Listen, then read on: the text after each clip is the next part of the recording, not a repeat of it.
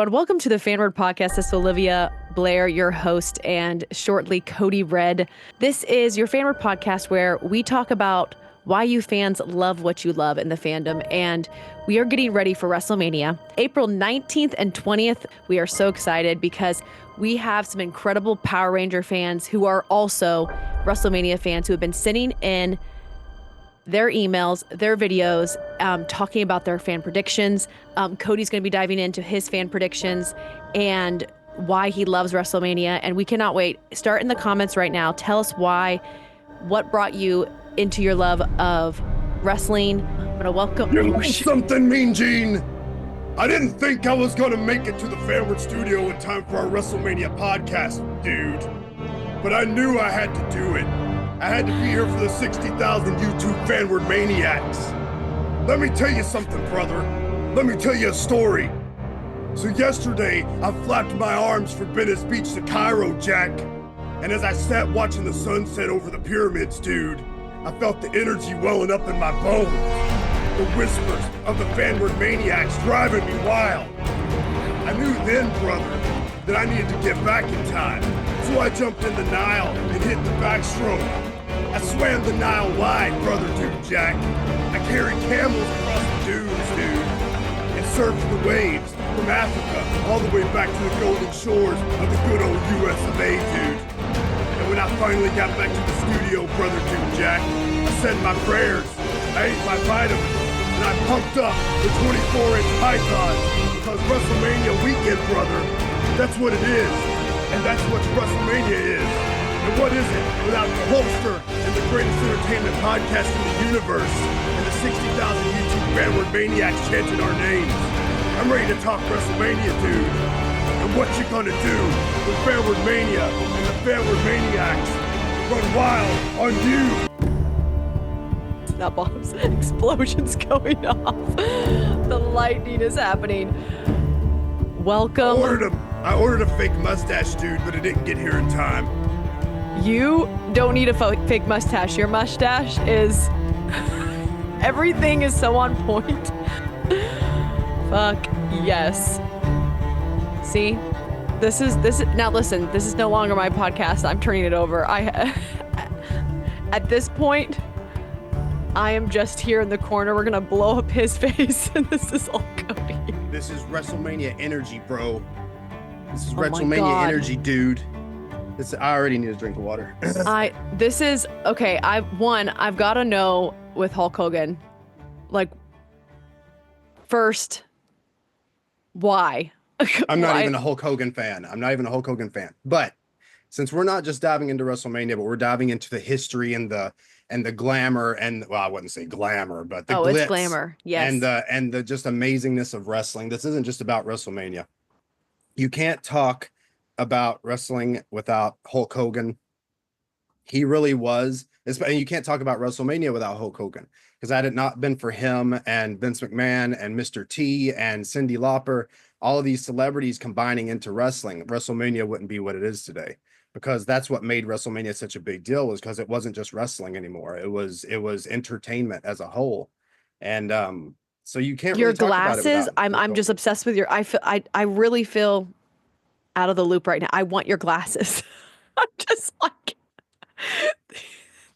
I got these for like, so I live in Asia, so we've got a bunch of like those cheap stores, and got these off one of those cheap stores for like, dude, 40 I cents. love this is I'm literally just blown. I'm just like, what in the world is happening? This makes me so happy.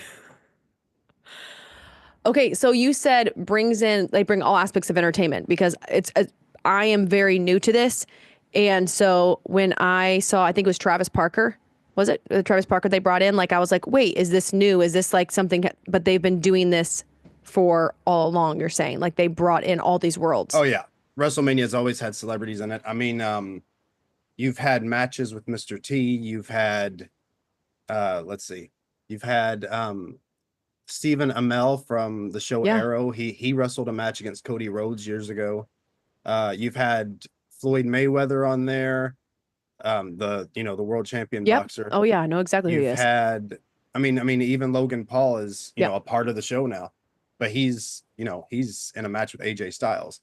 which we'll talk about that match when we get there. But celebrities have always been a part of wrestling. I mean, as far back as the WWE or WWF, when they first did WrestleMania 1, the celebrities were really what pumped WrestleMania up and made it into what it is today, because it was no longer just wrestling. It was no longer just that thing your weird friend watched in his mom's basement. It was like, oh, Mr. T's on there. I watched the A-Team. Well, I want to see what he's doing on there. Yep. And then it became this thing that people who aren't even wrestling fans will go to WrestleMania every year just to see what's going to happen. So celebrities really did, they really did have a huge effect on what WrestleMania is and what it, became from what it was. Because before WrestleMania, WWF was a little like local regional promotion. Like you're talking like New York, that area. Like, yes. Like if you look at a map, it's like that. It's just that. WrestleMania and Hulk Hogan and Vince McMahon together as a triad turned yes. WWE into an empire, a global empire based on WrestleMania. It was built on the back of it. That is insane. No, Yep. I'm literally so hooked. Like, me, I'm all about like wanting to know. I mean, that's why we're doing the podcast, is always knowing the why. And I'm like, when I see, we've talked about this before, it's just like everything about WrestleMania and everything about the WWE, like everything they do for the fans, the environment, like just the energy, like the lightning, the music, like the whole entire, like the epicness, but the show, like the showmanship and the way it draws in their fans. And I'm like, the stories, like, I mean, it's just like Dave, he's a huge fan of it. And when we watch it, I'm like, oh my goodness, like I've never seen such energy in stadiums, and I'm just watching it through the screen, much less I cannot imagine what it's like being in there. And I'm like, they've been doing this. And so it's really cool to be able to hear, like, from a fan's perspective of someone who, is a black belt, and I don't know how many black belts, so I won't speak to that. So I think you said 2 black belts. 2 black belts and a blue belt in jiu-jitsu. Yeah. Jiu-jitsu is really hard to get a black belt in. It takes forever. How many years did it take you to get my blue belt? I don't even remember. In jiu-jitsu. Oh, in jiu-jitsu, I've got a blue belt. It took me, I don't remember how long it took me in blue jiu-jitsu, but Taekwondo and judo took like my entire childhood and teenhood. Yeah. So, yeah. I mean, it took that. But jiu-jitsu can take your entire life to get a black belt. Oh my God. It's just so, there's just so much to it. No, and so when you have fans that are just like not just a fan of wrestling, but are also martial artists, are also in the space, like, and seeing how it shaped your life and just like the things that you are passionate about, and like you've taken into like just every aspect of who you are, even your character and mental health and all these things. Like, it's so cool to see what being a fan can do for people. Like how being a fan of something really does change our lives, and it changes how we view the world. And it can be the most positive experience of our lives, as well as a positive experience for other people to be a part of. Like, I don't think people realize how being a fan of something can impact their community and the people around them, because someone was a fan, and then that motivated them to do something incredible with their life. It all started from that aspect. It's not always what we think about it. It's like, oh wait, I was a Power Ranger fan, and then it led me to this. I see these emails come in all the time. I was a Power Rangers fan, and then I joined the military. I was a Power Rangers fan, and then I, got my black belt in martial arts. I was a Power Rangers fan, and then I wanted to be a hero in my community. And so you keep seeing this effect. I'm like, this is what it means to be a fan. And so feeling your energy, and with WrestleMania, I'm like, I love hearing the stories of what being a fan what made happen that. And that's what I want to dive in with you. Well, that's the thing, is like, I wasn't a wrestling fan until I was already a teenager. And like I told you before, Yes. wrestling fans usually start younger because it's easier to manipulate. That's what pro wrestling is. It's manipulation. Okay. And I mean, any movie, any TV, it's all manipulation, because it's trying to get you to, forget reality. Yes. Which we all are happy to do. Gladly. Yes. So, but with wrestling, the difference is it's live in front of an audience. How do you get people to forget reality when you're right in front of them, when your sweat is splashing into the crowd, So the thing it's always been about, to me, is the characters and the story. Okay. Now, I'm huge into technical wrestling, which is the real like on the ground headlocks and throws type wrestling. That's my favorite type of I don't like the big flippy doos or the really big strong guys. Though they have never been my type. It's always been people like Kurt Angle, Mr. Perfect, Eddie Guerrero, people like those. They're like average size, but they're very good wrestlers. I've always Okay. been into that. What defines But a very good wrestler for you, just so I can understand? for me, Yes. somebody who you watch it and everything they do is so smooth, Okay. like butter on bread. Like Eddie Guerrero is my favorite. I mean, Triple H is my favorite wrestler of all time. Yes. He is the quintessential butter on bread. But and I don't mean that as in butter and bread like normal. I mean just like Yes. perfect in the ring, smooth. Yes.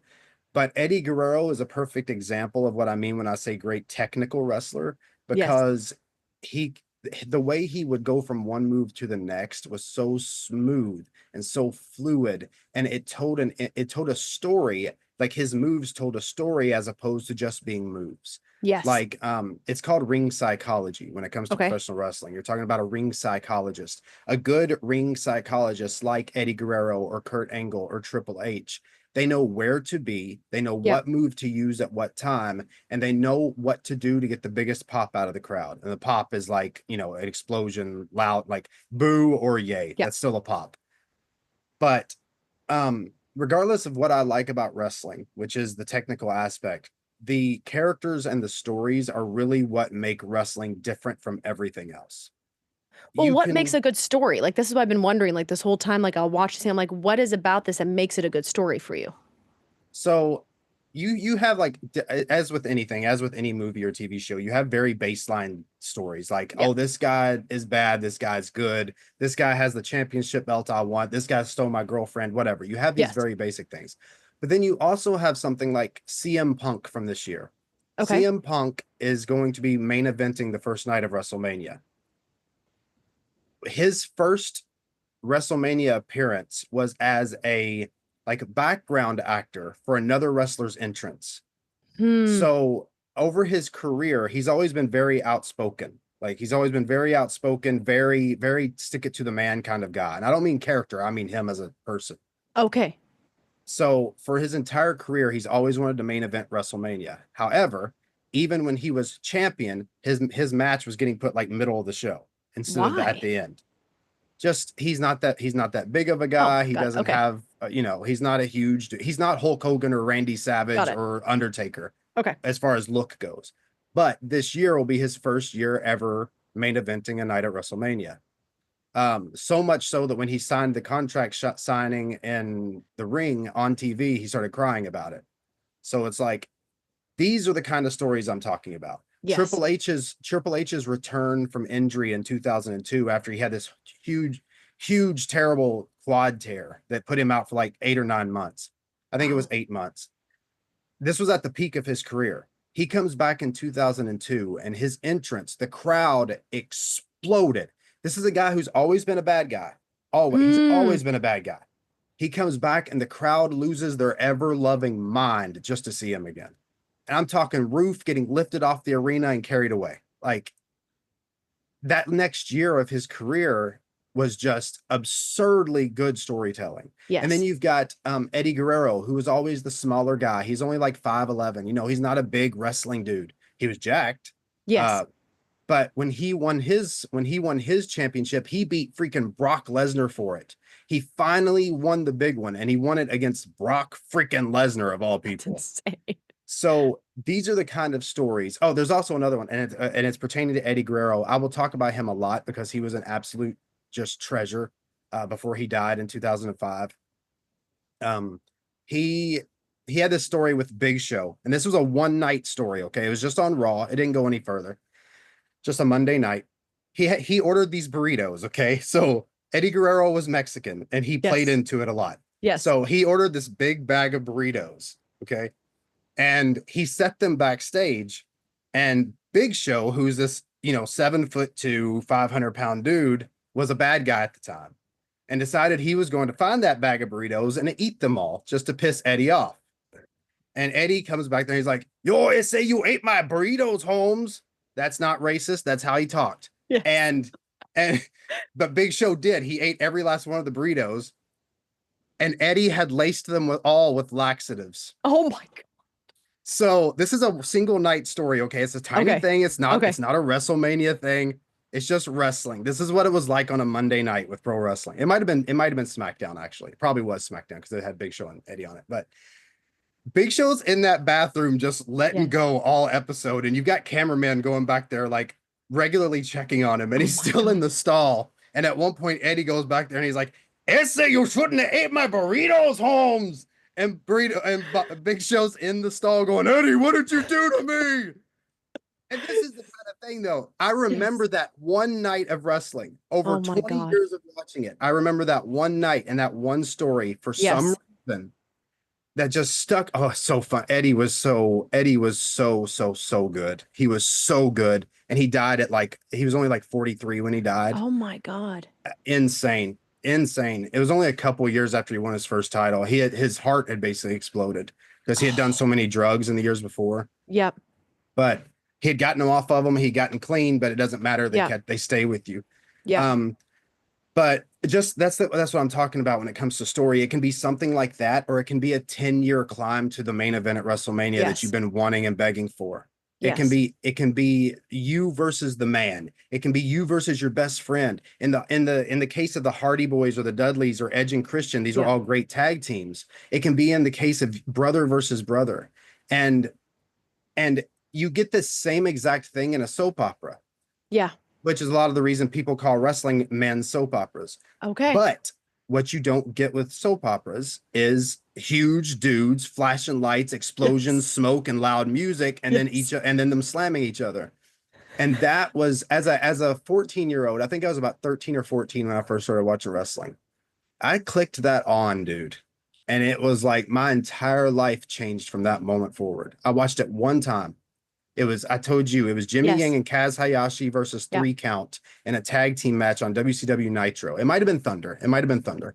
And I saw these guys my size throwing martial arts kicks, doing corkscrew flips off the top rope. And I was like, it's over. Like nothing's ever going to be this cool ever again. And it wasn't. Nothing's ever been as cool as pro wrestling to me. Like I love a lot of things, but nothing's as cool as pro wrestling.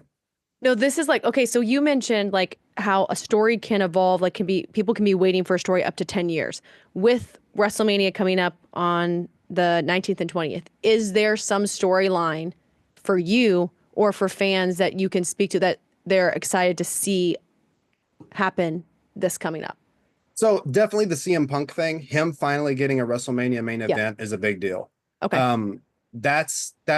Like I used to be a merch wearing, t-shirt wearing CM Punk fan. Okay. Like I was if he came to the ring, I was on the floor with him doing his entrance and everything. Like if you have pictures, send them to me. I'm like, I don't keep pictures of anything. I don't keep pictures of anything. I erase my history. No. So everyone, this is why we're actually doing the podcast, is that my goal is to have record on.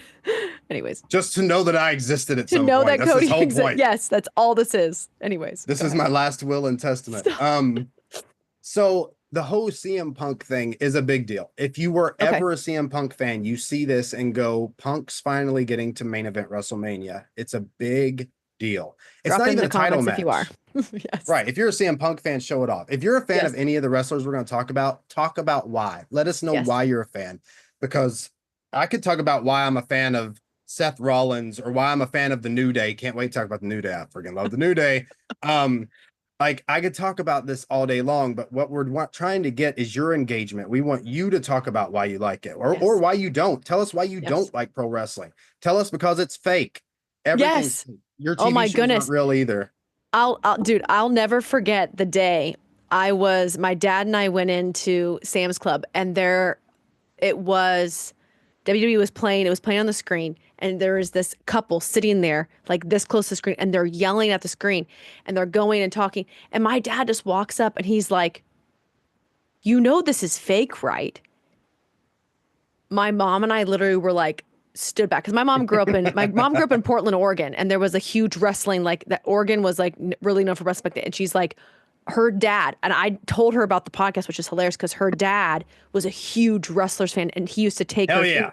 And she's like, no, Portland, Oregon was known for like, there was like these small wrestlers. And I guess her grandfather was also into wrestling, which is so crazy. So I'm like, what in the world? Anyways. Dude, She was like, listen, when the look on their face and they're like, this is not fake.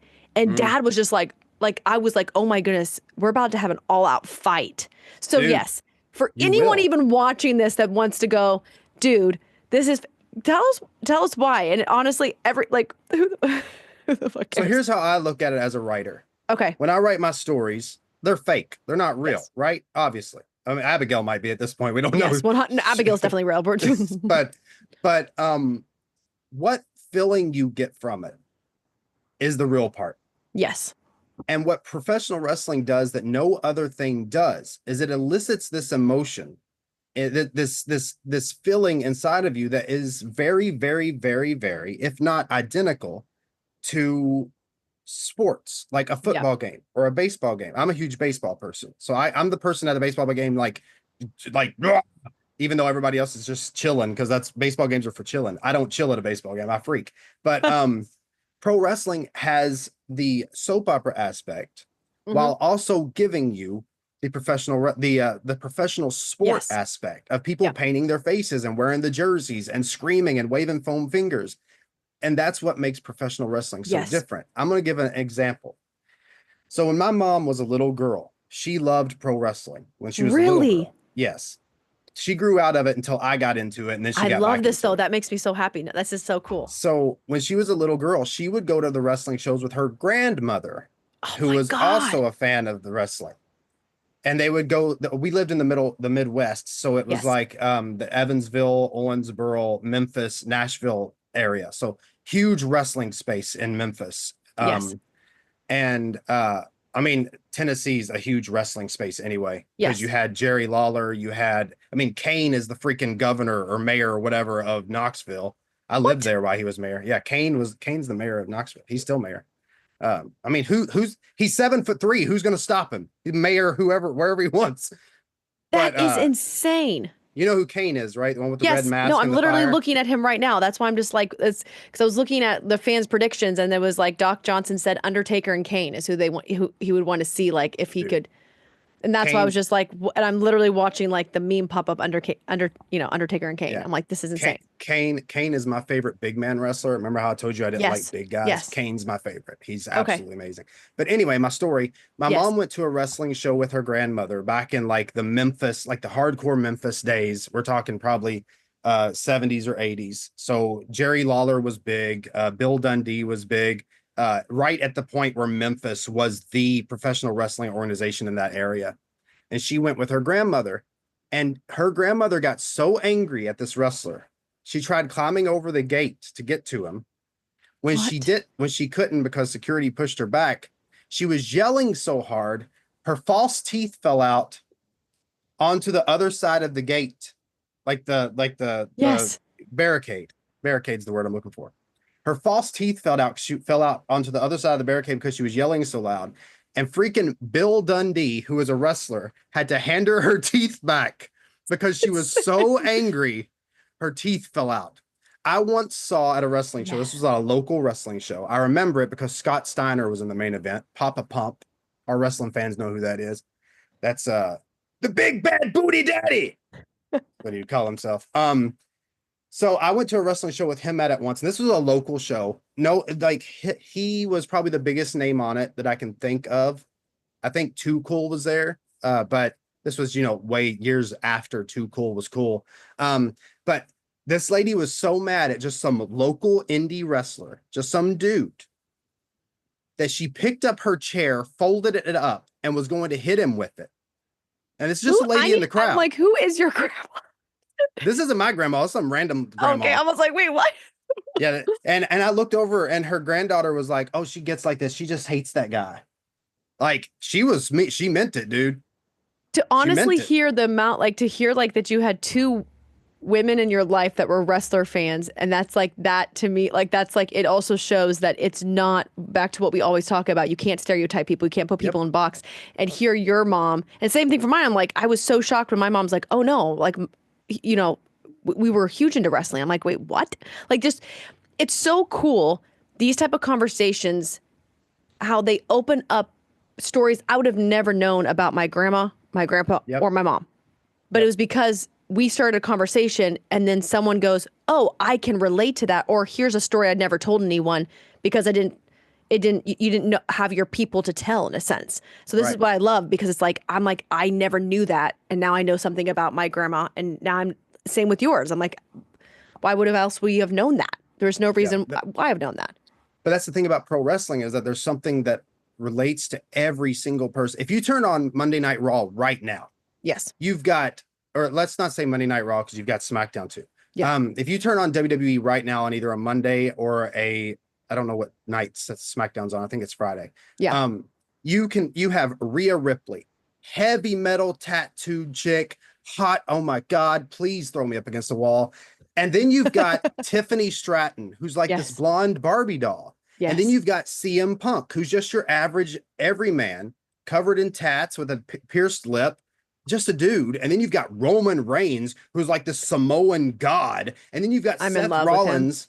Yeah, I mean, he's Anyway, I'm a Jason Momoa guy. He's just like here above Roman. Yes, I love my man. Jason Momoa is my man crush. Anyway, you've got freaking Seth Rollins walking around in a fur coat. You've got Gunther smacking the hell out of people. Yeah. You've got the Usos, and you've got, freaking Otis, who's like a literal walking wrecking ball shaped like one too. And then you've got Rey Mysterio jumping around in a mask, and you've got the New Day, and there's something for everyone. Yes. You don't have to be a wrestling fan to like wrestling.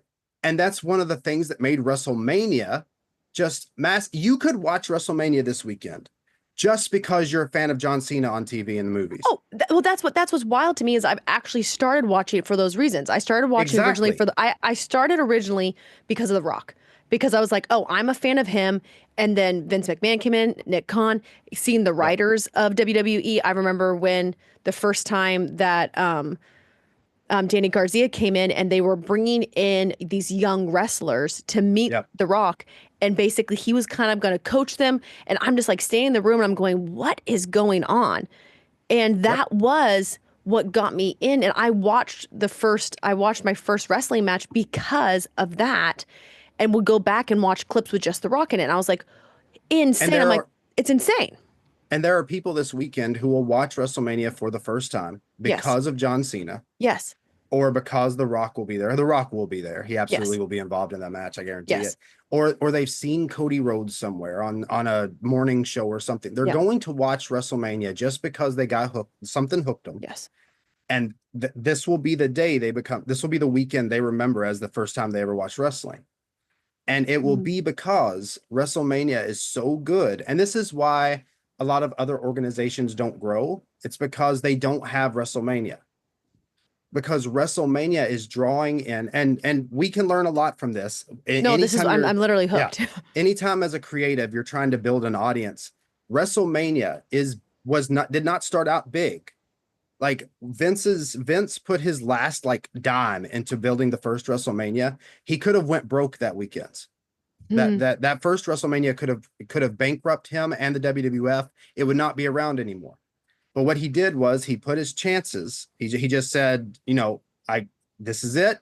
If it don't work, we're SOL. If it does work, we're going to build something. He didn't know it was going to be the greatest thing in wrestling history, but it was. And it built the entirety of wrestling as we know it exists because of WrestleMania. And because of Hulk Hogan, and because of Vince McMahon, and because they brought in Mr. T, and because they brought in Cyndi Lauper, and they had these celebrities who in the 80s, Cyndi Lauper was like the pop girl. Yes. And Mr. T was the man. He was on every commercial, he was everywhere. He had the A-Team going on. He was a big deal in the 80s. So when the first WrestleMania came up, McMahon said, all bets are off. I'm betting on black. He could have lost everything, and he built WrestleMania. And the reason other organizations have so much time growing, like AEW, it grew because it was new. And when it first showed up, it kind of pushed a little bit, but it also plateaued and stopped and hasn't gone any further. So why do you think why? Because you mentioned, and I like the fact that you said, it doesn't matter if you've been a lifelong fan or you've never watched WrestleMania, WWE, Saturday Night Live, all these, not Saturday Night Live, but all these shows, when you can basically, from what I'm hearing, you can watch and come in at any point of your life and any point of the story, and you're hooked. They grab you in a way that if you are first time or been there for 10 years, 20, whatever the amount of time, it gets you the story, everything about it gets you every single time.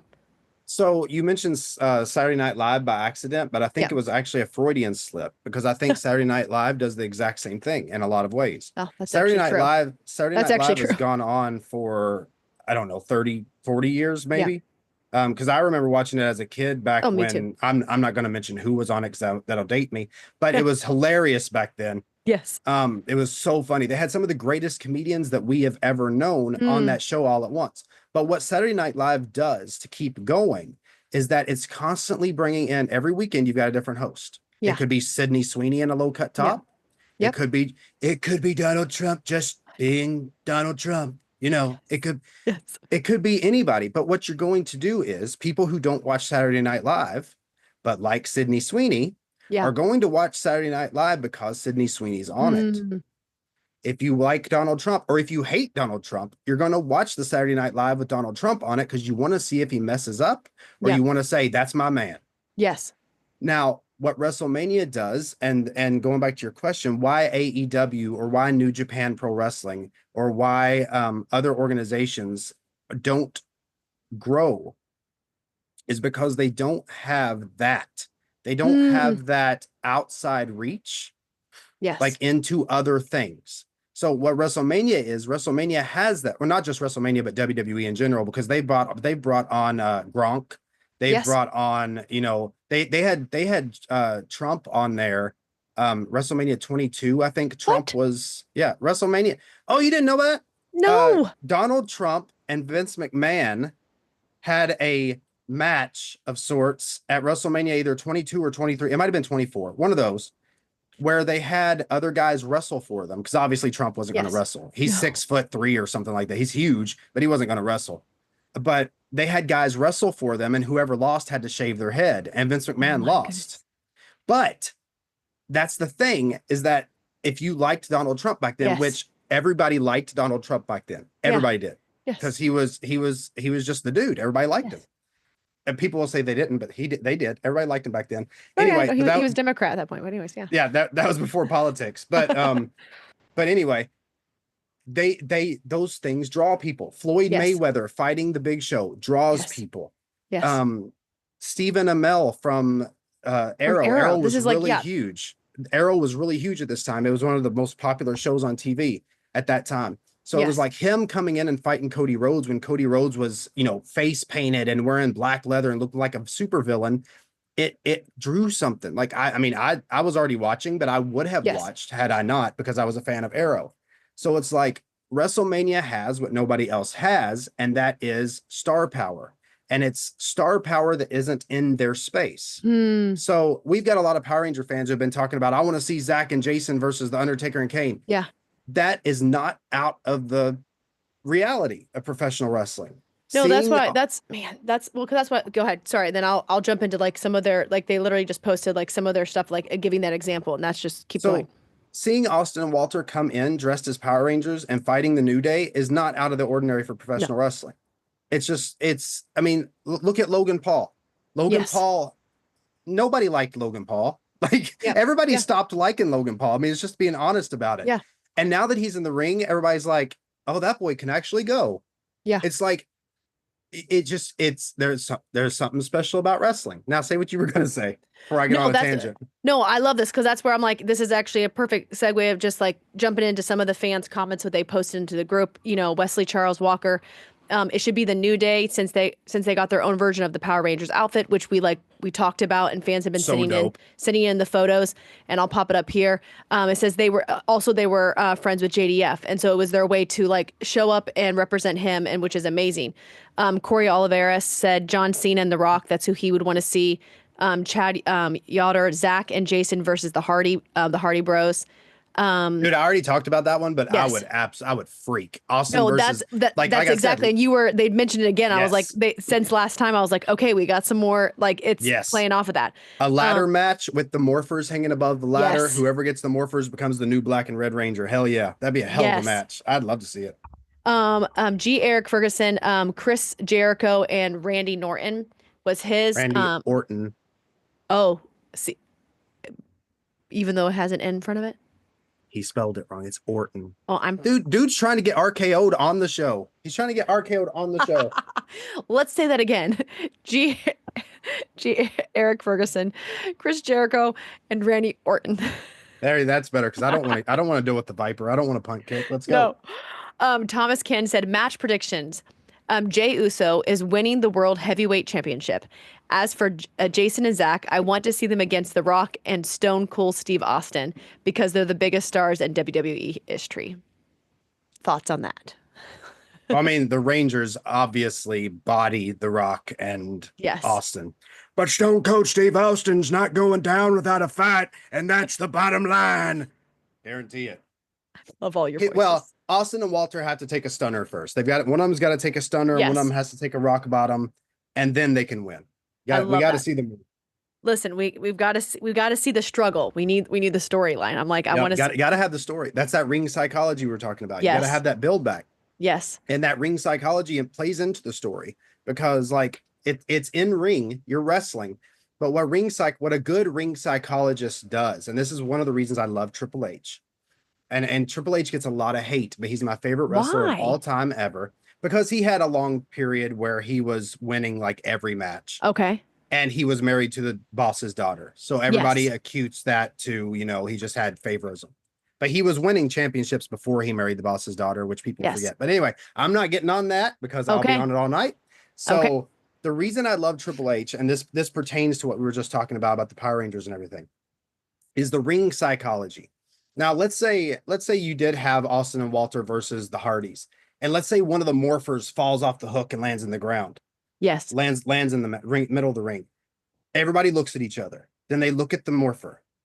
Now, what happens is a good ring psychologist, if everybody on those two teams are good ring psychologists, they're both going to charge each other, start fighting over the morpher. Yes. Because they want that morpher. A bad ring psychologist is going to not care about it, or is not going to realize. They're going to say, that was an accident. We need to get it hung back up. Like they're going to wait. Their brains are going to stop working. Like, what do we do? That wasn't in the plan. A good ring psychologist, they're going to look at each other. Something unsaid is going to be said, and everybody in the ring is going to know, okay, now we fight over it. It's not supposed to be there. It's not supposed to have fallen. Yes. But now we're going to fight over it. That's good ring psychology. And like, if let's say a guy has been injured, let's say he hurt his leg 3 weeks ago and he's been selling his leg. Oh, my leg's been hurting. I don't know if I'm going to be able to compete in tonight's match. The guy on the other side of the ring is going to work that leg the entire match. Yes. Because that's going to mean slowing the other dude down. You're building off of the story. You hurt his leg you smacked his leg with a chair or something last week, and it's been hurting ever since. So when you finally get in the ring, you're eyeing that leg. As a matter of fact, you're going to tell the crowd you're going for the leg because remember, I trained professional wrestling. I was a professional wrestler for 3 years, not in the WWE. I didn't have that kind of money, but the first thing you're going to do is tell the crowd you're going for that leg. So you're looking at it like this. Yes. The second the match starts, you dive for the leg and just start punching it. No matter how ridiculous it looks, you just start punching the leg. And the crowd knows from that moment on, that's the story. The story is this guy is going to break this guy's leg because that guy's leg is hurt, and that's what's going to win this guy the match. That's good ring psychology. So when it comes down to the in-ring aspect, if you are good, if you are Triple H, if you are John Cena, I'm not a fan of him as a wrestler, but he is a good ring psychologist. If you are John Cena, if you are The Rock, if you are The Undertaker, you are a good ring psychologist. And what that means is you are taking the story from before that has already been told, and you're putting it into the physical aspect of it. That way, when the match is over, the guy's barely walking out. He's limping. Maybe he's got people on both sides carrying him out because his leg is so messed up.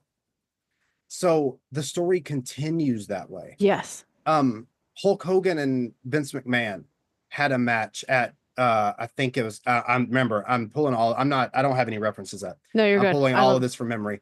It was WrestleMania 21, I think.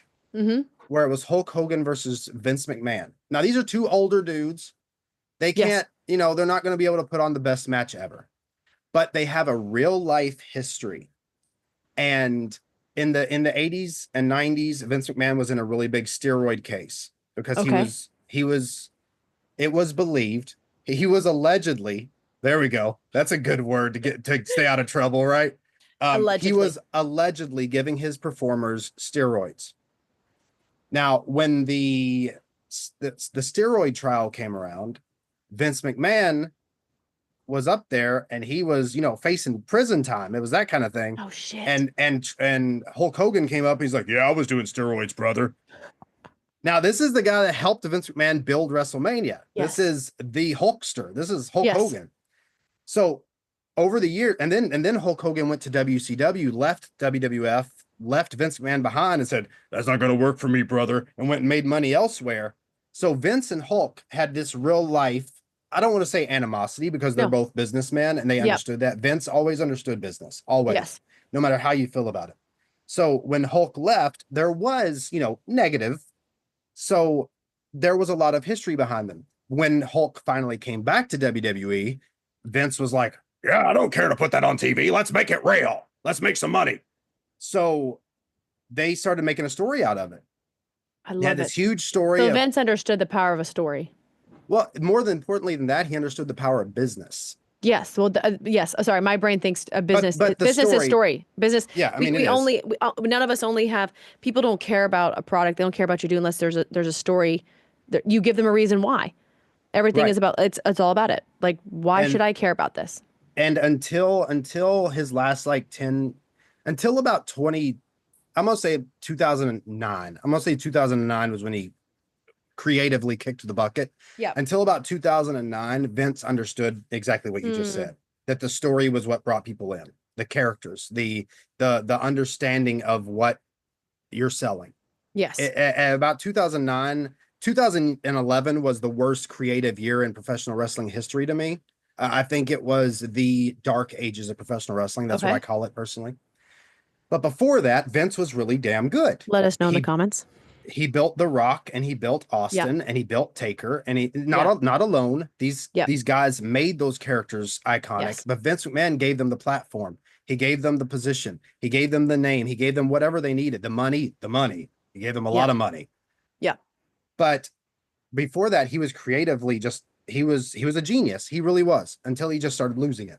But my point of all this is that the Vince McMahon Hulk Hogan storyline, everybody knew it. Everybody knew the real, all the real wrestling fans understood what was going on here. Yes. They were telling us Hogan and McMahon have had a storied history. It hasn't always been good. As a matter of fact, a lot of it's been bad, and now they're fighting over it.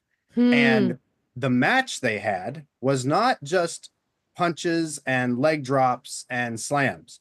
They were hitting each other with metal sticks. They were smacking each other with ladders. They were throwing each other through tables. Vince McMahon was dripping blood by the end of it because they understood the stakes of the story and they understood that needed to be part of the stakes of the match.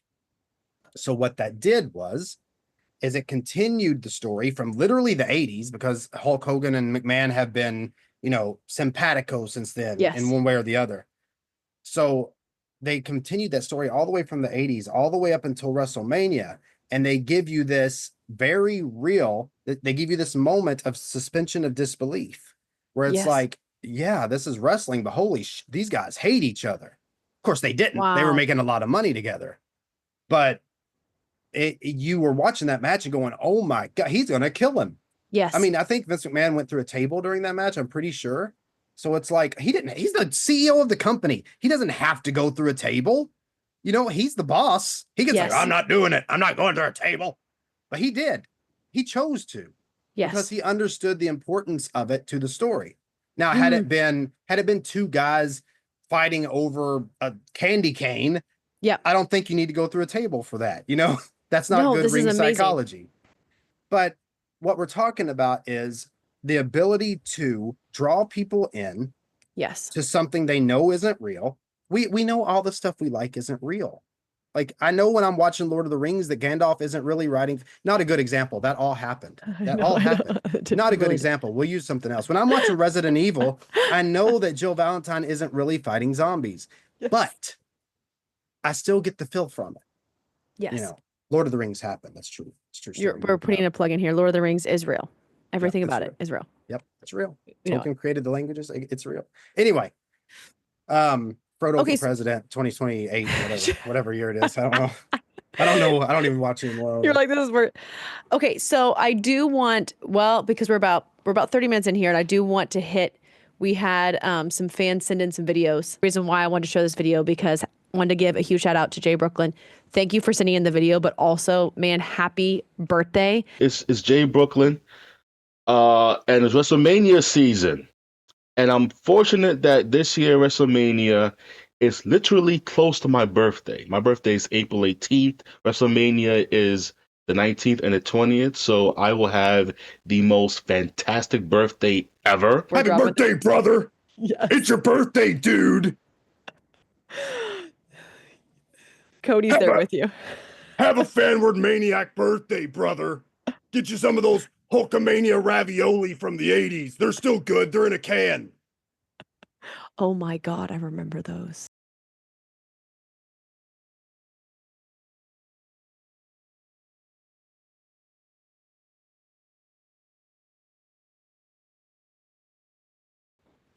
So let me tell you something, Jay.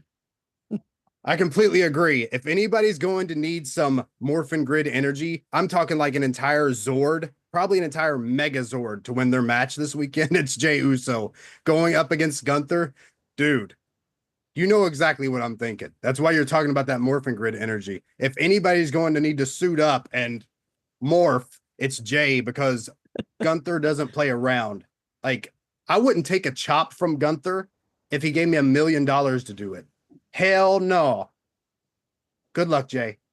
Rest in peace. I know. Dude, and also once again, happy birthday, Jay, because yeah. That's awesome. Happy birthday, Jay. And you're right. You're right. Okay. Give me some of your predictions. What are your thoughts? My predictions? You want my little old me? want you. I just closed my entire screen, so I'm gonna have to open that back up again. Oh, there it is. Got it. Nope, closed again. You can keep this in. Don't edit this out. This is backstage. This is backstage stuff. All right. All right. We're doing predictions, brother. So I'm gonna go off of the CBS Sports website because God. they've got the entire list. WrestleMania Night 1, WrestleMania 41, Night 1. First match they have listed is World Heavyweight Championship between Gunther and Jay. Jay is going to need the help of God and all of his men to win this match against Gunther. He won the Royal Rumble. He's gonna yeet, and he's gonna try to yeet his way to victory. I don't see it happening. I just don't see Jay winning. Gunther is too big, he's too bad, and he's too scary. If he did win, that would be great. His merchandise makes a lot of money. They're looking at that backstage. If Jay wins, it makes a lot of sense. If he doesn't win, that also makes a lot of sense. Either way, Jay's getting his ass kicked. But personally, I'm going with Gunther. That might be biased, but I'm going with Gunther. Good luck, Jay. Rest in peace. El Grande Americano versus Rey Mysterio. Now, I don't know who this El Grande Americano guy is. A lot of people are saying it's Chad Gable in a mask. I don't see it personally. But that's what we're hearing. It's definitely Chad. It's totally Chad Gable in a mask. But I'm going to go with Rey Mysterio on this one. I think Rey Mysterio is going to beat him, and El Grande Americano is going to have to lose his mask. That's what I think is going to happen. And then we'll find out for real. Then we're going to find out for sure who Grande Americano is. I'm pretty sure that's just a coffee. I'm pretty sure that name is just a coffee. I literally am like, I just keep smelling espresso and lattes. Yeah, I'll take an El Grande Americano, please. Yes, please. The next match is one I am emotionally invested in because it's got the New Day Rocks. New Day Rocks.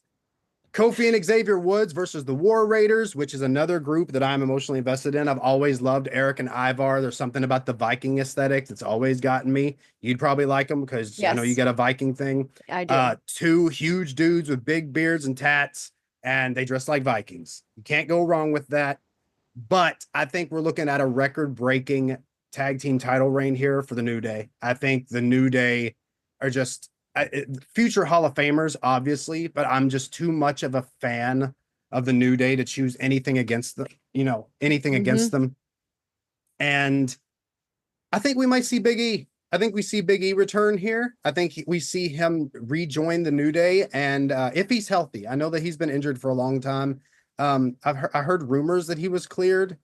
So we'll see. But I'm expecting I'm expecting a Big E return here and the New Day walking out with the World Tag Team Championships. Hell yeah, let's go. New Day rocks.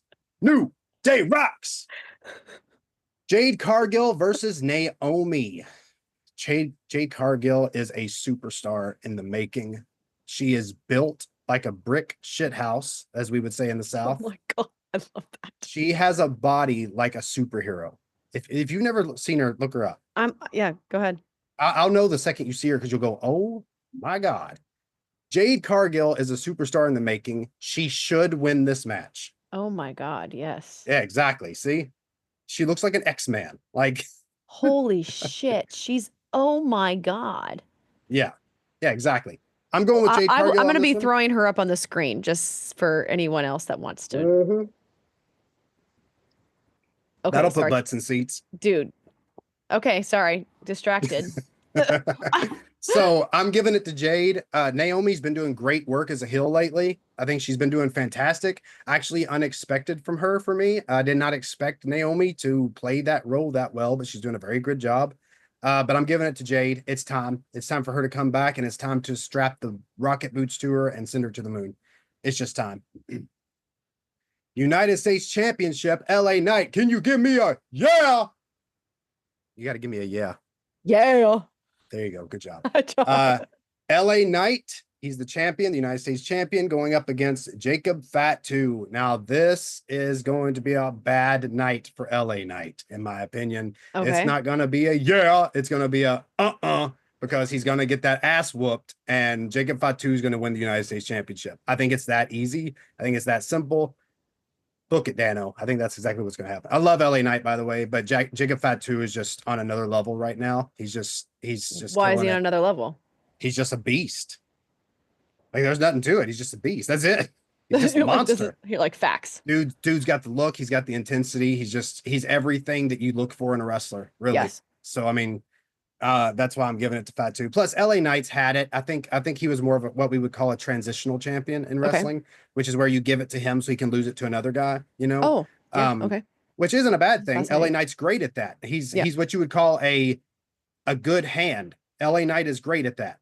But it's just Jacob Fatu's time. So I think that's who gets it. Okay, this is a match I'm emotionally invested in because I can't stand Charlotte Flair. I love Ric Flair. I do. I just would rather never see his daughter on TV ever again. What? I can't stand her. WWE Championship match, Women's Championship, sorry, between Tiffany Stratton, who is the current champion, and Charlotte Flair. Okay. I don't like Charlotte. I don't like her. I just don't. She botches like 2 or 3 times every match. She's won more championships just because of her daddy's name. I'm not feeling it. I'm going with Tiffany Stratton on this one. Plus, they actually had a real world spat during one of their promos on Raw a week or two ago, shit. Where they actually got into some personal stuff on TV. Oh my God. So this one's got some real. Everybody gets into this with Charlotte because she's got a bad attitude. That's just my opinion. Okay. Everybody gets into this with her. This just happened on TV. I'm hoping they give it to Tiffany. Charlotte should have been more mature than that. She's the veteran. She's been around for years. I'm giving it to Tiffany for personal reasons. And the main event of WrestleMania 41 Night 1. There's 2 nights of this show, remember? Roman Reigns versus CM Punk versus my personal current favorite wrestler, Seth Rollins. I don't know why he's my favorite wrestler. People keep asking me. I don't know. There's just something about him. CM Punk, Roman Reigns, and Seth Rollins. So CM Punk's winning this match. He has to. It's his first ever WrestleMania main event. He has to win it. If he doesn't win it, that's poopy. But that's not the story we're really focused on. Nobody cares about who wins this match. I don't think anybody cares about who wins this match. The story that we're talking about here is Paul Heyman. So Paul Heyman is Roman Reigns' manager. He calls him his wise man. Paul Heyman has been with Roman Reigns for years, but he used to be with CM Punk. Oh, yes. So in wrestling, we have what's called a Paul Heyman guy. Like this is a phrase that we use. And what a Paul Heyman guy is it's someone who Paul Heyman at one point believed in so much that he would literally risk his entire career for. Brock Lesnar was one of them. Claudio Castagnoli was one of them, also known hell, I don't even remember his WWE name. Nope, can't remember it. Claudio Castagnoli is his name and everywhere else, just not WWE.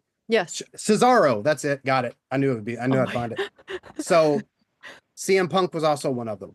There's been more, but there's always been a Paul Heyman guy. CM Punk was a Paul Heyman guy.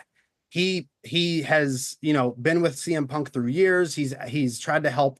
Even when CM Punk was a smaller dude, it was Paul Heyman who was telling Vince, hey, give this guy the championship, push him to the moon. Vince didn't do it. But now Paul Heyman is with Roman Reigns in a match against CM Punk. This is the real story everybody cares about. So at the end of the match, who is Paul Heyman walking out with? That's the real question. Oh, wow. So if I think CM Punk is winning the match, I think Paul Heyman's probably walking out with him. I think that's the most realistic answer. I think he abandons Roman Reigns and goes with Punk. I think that's the real answer. Or, there's a lot of parts to this one. Or Dude, Paul it's Heyman so could just, or Paul Heyman could just help Roman Reigns win and turn Roman heel again. Or there's a third option that I don't see happening, but I think it's something that we should at least talk about. Lesnar returns. I don't know if he can return because he was in that big lawsuit deal. Yep. I don't know. He was named in it. That doesn't mean he was in it. He was just named in it. Yeah. Lesnar might return. If Lesnar returns, he's another Paul Heyman guy. This is so I could interesting. soap opera. I'm telling you. So your options are Paul Heyman helps Roman Reigns win. Roman Reigns turns heel. CM Punk loses his first WrestleMania main event. All good storytelling. Love it. Option 2 is Paul Heyman helps CM Punk win and walks out with him, and we continue a CM Punk Roman Reigns feud. Also works. They're fighting over Paul Heyman. Seth Rollins doesn't win this under any circumstance. I love Seth Rollins. He's currently my favorite wrestler in the WWE. He doesn't win this match. Third option is Brock Lesnar returns, destroys everyone in the ring, and Paul Heyman walks out with him. That's the option I would like to see the least because I can't stand Brock Lesnar, but I think it's an option that we need to at least consider. I think the most likely is that he helps CM Punk win and he walks out with Punk and Roman Reigns loses his wise man. I think that is how WrestleMania Night 1 ends. Oh, wow. A lot of drama with that one. I know. I'm just like, this is WrestleMania Night 2, brother. Predictions. Match 1, AJ Styles versus Logan Paul. So I'm going to put this out here. I think this is match of the night. I think this is going to be a 4, if not a 5-star match. No, I have no love lost for Logan Paul. Never have. Not my kind of person. But he's a killer in the ring. He's an amazing wrestler. Especially considering he is a celebrity. Like that doesn't usually translate as well as it has with him. Yeah. AJ Styles is just one of the greatest that has ever done it. He's one of the greatest wrestlers that's ever lived. I've never been a fan, but I'm not stupid. I love that. AJ Styles versus Logan Paul has the potential to be match of the night. And I think it probably will be. And I think Logan goes over. I think AJ knows how to do business. He's going to come in there. He's going to make Logan Paul look like $1 million. Logan Paul's going to walk out looking like $1 million, and he's going to win this match, probably match of the night. Unless something terrible happens or some other match like completely obliterates its potential, then this one's going to be match of the night. Next match. WWE Women's Tag Team Championship match between Liv Morgan and Raquel Rodriguez versus Bayley and Lyra Valkyrie. Lyra. Can never pronounce that correctly. It's there, though. Can never pronounce her name. Lyra Valkyria. She's a Valkyrie or something. I don't know. Bailey and Valkyria run. I can never pronounce her name. I give up. You know what? Bailey Let's just commit to it being something to do with Game of Thrones. Sure. Okay. She's a Ninja Turtle. Why not? It sounds like a Game of Thrones name. Bailey and her tag team partner. So I love Liv Morgan. She's my second favorite, third favorite, fourth favorite. She's in my top 5 current women performers on the roster. Can you pause and give me your top 5? I want to know these women so I can go look them up. Rhea Ripley. Okay. Rhea Ripley. Okay. Rhea Ripley. Alexa Bliss. And Liv Morgan. So Liv Morgan and Raquel Rodriguez leave as the champions because Bailey knows how to do business, just like AJ Styles. She's a great wrestler. She knows when and who should win. Liv and Raquel walk out. They retain their championships. And I think that's just how it goes because I love Liv Morgan. She's cute. Damian Priest versus Drew McIntyre. Now, this is another match that has the potential to be one of the best matches on the card. McIntyre, dude, I saw McIntyre live. I sat front row at an NXT show in Johnson City, actually. No way. Oh my God. Johnson City, Tennessee. That was the last. Yep. Johnson City, Tennessee. Johnson City, Tennessee. Yeehaw. Tell you what, down there in that wrestling hotbed. So I saw Drew McIntyre live. I sat front row at an NXT show in Johnson City. That was the last wrestling show I went to. And he was NXT champion. That dude is massive. Oh my God. Like, I've been around big wrestlers. I've been around wrestlers for a long time. Drew McIntyre is bigger than what they tell you he is. He looks like a mountain. I mean, this dude is huge. That's completely irrelevant to what we're talking about. But he's so big. Yep. Drew McIntyre looks like a professional wrestler should look. Yes. Like he looks like a warrior. He looks like a Scottish warrior. He should be leading charges and stuff. But Damian Priest is also fantastic. Their feud has been going crazy. Drew has been bloodthirsty and bloodlusting. I don't know what's stuck up his ass, but he's definitely angry at Priest. He's not happy. I'm going with McIntyre just because his rage has been uncontainable and he's awesome. I like Drew McIntyre, so that's my choice. And he's awesome, people. Yep, he's awesome. Everything is awesome. Everything is great when you're part of a team. Such a great movie. That is such a great movie. I love the Lego movie. Super underrated. Really Intercontinental Championship match. Braun Breaker versus Penta versus Finn Balor versus Dominic Mysterio. This is a fatal 4-way match. Okay. We will go over the names again. Braun Breaker, he's the current Intercontinental Champion. Penta. Yeah, he's got that hand. I can never do the hand thing right either. I just know it ends like this. He's awesome though. So I used to watch him all the way back in Jesus, has it been that long? Yeah, he was in AEW, and then I saw him all the way back in Lucha Underground. Hell yeah, dude. He's been wrestling. Damn. Like that's how long that was, years ago. Lucha Underground, you would love Lucha Underground because it's shot like a television show. Like the storylines and everything are shot like TV drama. It's really cool. It's not around anymore because the guy who ran it didn't know how to run it. But dude, look it up and go give it a shot because it had some of the best matches I've ever seen. And it had and this is for everybody, not just Olivia. Yes. Thank you. It was super cool. Because it was shot like a TV drama. Like it was shot like Sons of Anarchy, but it was a wrestling show. It was super cool. Yeah, it's really neat. Definitely give it a shot. Penta was great there. He put on some awesome matches. They had some amazing matches. Some other guys that were there were Ricochet, who's in AEW right now. He was in WWE. He was there. Swerve Strickland was there under a mask. A lot of the dudes you watch now were there. A lot of the dudes in WWE, a lot of the dudes in AEW, they were all wrestling in Lucha Underground back then. So a lot of them were wrestling under matches. I'm curious what happened to it. That's that's just bad business. Bad business. Yeah. But really cool. Go back and watch it because you'll see a lot of guys you remember now back then. Yes. It's really neat. So Braun Breaker versus Penta versus Finn Balor versus Dominic Mysterio. Now, first off, we want to say rest in peace to Carlito, who got mercilessly speared by Braun Breaker this past week on Raw. Our condolences to his family. Braun Breaker definitely killed him. He has to be dead. There's no way he survived that. You scared me. I was like, no, Carlito literally posted to Twitter. He said, for all those asking, my funeral services will be held this weekend. Thank you for the condolences to my family. Braun Breaker's probably gave the greatest spear of all time to Carlito this past Monday, and we would like to say rest in peace, Carlito. It was nice while it lasted. You were awesome.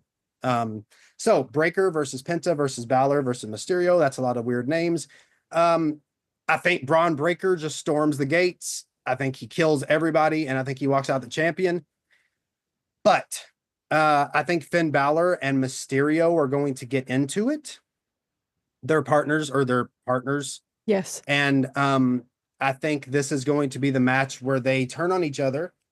And I think it's going to cost one of them the match. I think Finn Balor takes the pin because Dominic Mysterio does something to him. Now, there is one caveat here. Penta has been on fire. I could definitely see them giving him the IC championship. But I think Braun Breaker's too strong right now. I think his momentum's too good. I think he just killed a man. And I think he needs to keep the championship.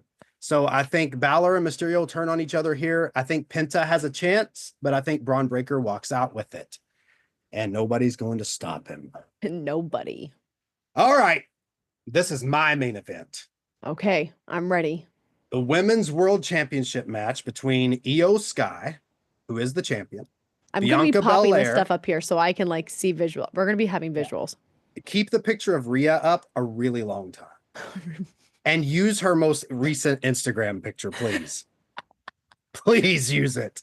Please send it to me. If you don't, you're doing next week's podcast by yourself. Io Sky, champion. Bianca Belair. Yeah, go ahead. Bianca Belair, a Knoxville native. And Rhea Ripley.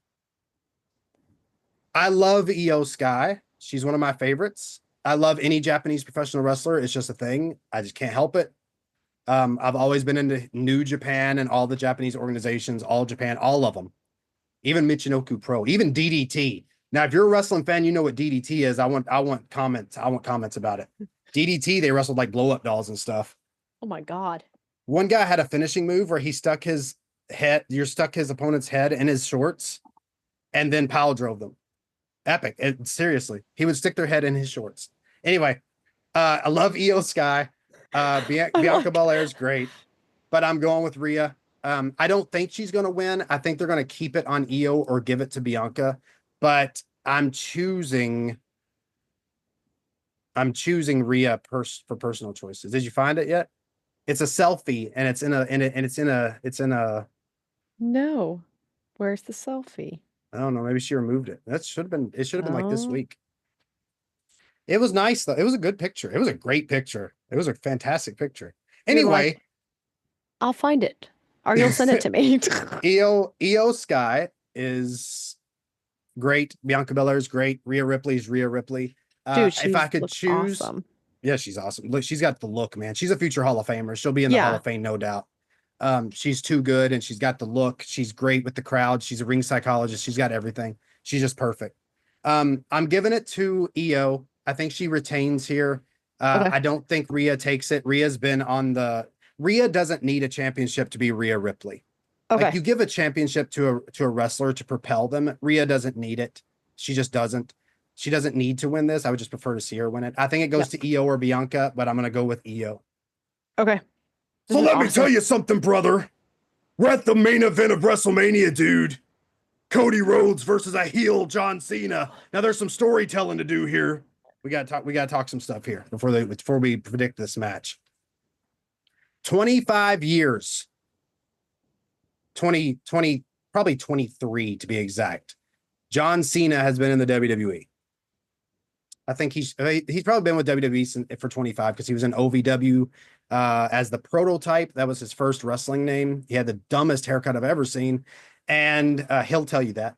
And he showed up in about 2002 or 2003. I'm going to say 2002. So he's been with the WWE for about 23 years on screen, and he just now turned heel. Now he started out as a bad guy when he first showed up because he was that shit talking rapper dude. And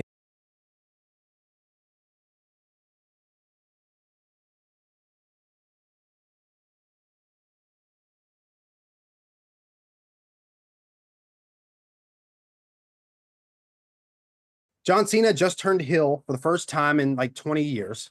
Oh my God. Probably a little, yeah, exactly. And that's not the same, oh my God, you got from Jade Cargill's picture. That's an oh my God, not an oh my God. Difference in inflection matters, people. Yes. So John Cena just turned bad guy for the first time in like 20 years. In my opinion, it took a little too long. This should have been done 10 years ago. This should have been done in 2000. This should have been done in 2011, to be exact. I'll tell you that. Okay. It should have been done. It should have been done way before he fought Bray Wyatt. Rest in peace, Bray Wyatt, one of the greatest ever. Should have been done way. Now he actually did die. That's not a Carlito joke. Yeah, Bray was awesome. Rest in peace, Bray. John Cena should have went heel way, like 2011 at least. He should have turned heel. I'm not saying he should have stayed heel, but he should have turned it at least once, get the crowd off of his back for a little while. But he's a bad guy now. He's teaming up with The Rock. They've got this whole like bad John Cena thing going on, and Cody Rhodes is superhero guy.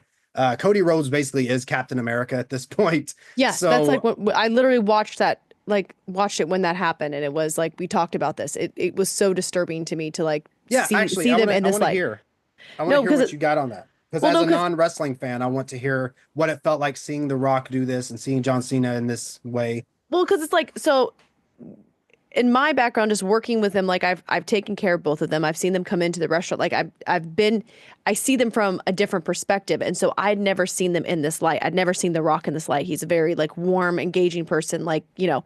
And so I'm watching this, and then suddenly I'm watching it live, and when it flips, I literally start screaming. And like you said, that moment where it's like you don't watch something and then suddenly you're a fan. I was screaming and I'm going, wait, what the fuck is happening right now? And my mind was so it screwed my brain up, because I was like, when I watched The Rock go down and grab his hair and pull his head up and then take the blood off the side of his face and then grab the white belt, that leather belt, and just like spread his blood across the belt and then start beating him with the belt.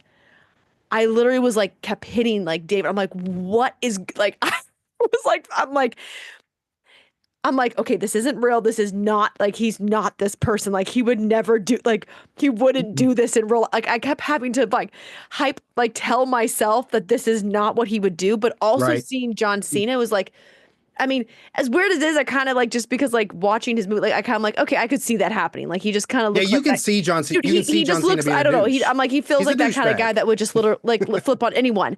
But seeing The Rock go and just like that in my mind, it literally fucked up my brain. Like I had to like go like, what is going on?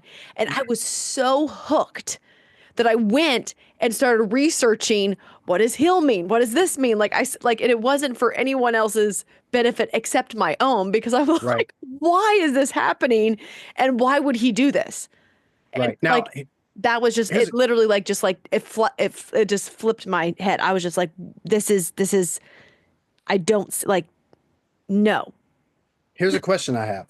Okay. And this pertains to what we said earlier about wrestling being fake. Why is it different seeing The Rock do that than it is seeing him be a bad guy in a movie?